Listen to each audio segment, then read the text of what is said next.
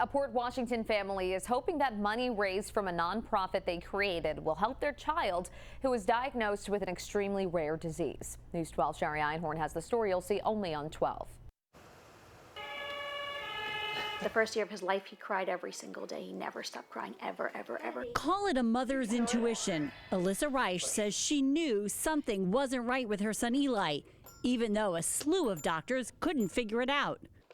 Until they finally did. It's difficult to put into words how upsetting and earth-shattering it is to get a diagnosis like this. The diagnosis was an extremely rare brain disorder called FOXG1 Syndrome.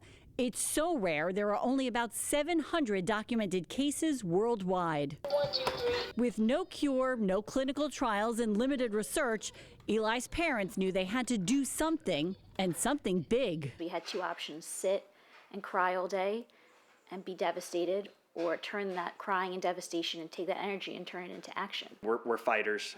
We're people. We root for underdogs. We are people who want to make a difference, and this is a sacred mission to us. The family, along with big sister Amelia, created the Believe in a Cure not-for-profit, which has raised about $2 million in less than a year during a pandemic. There are multiple research projects currently underway at places like Harvard, MIT, University of Massachusetts, and Tel Aviv University. So we're pursuing gene replacement therapy, gene editing, drug repurposing. Hooray for Eli! Dad Scott says preliminary data does show promise, and for now, hope is what they hold on to. Maybe one day he's going to say mom, or maybe one day he's going to walk to me, or maybe one day he'll be able to play something with his sister who's dying to play with him.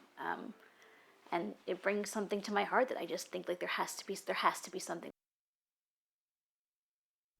And that was Sherry Einhorn reporting. Eli's doctors say he may never walk, talk, or do anything independently, but his parents are hoping that funding international research may change things. So to read more about Eli and how to help, log on to our website at news12.com and click on numbers and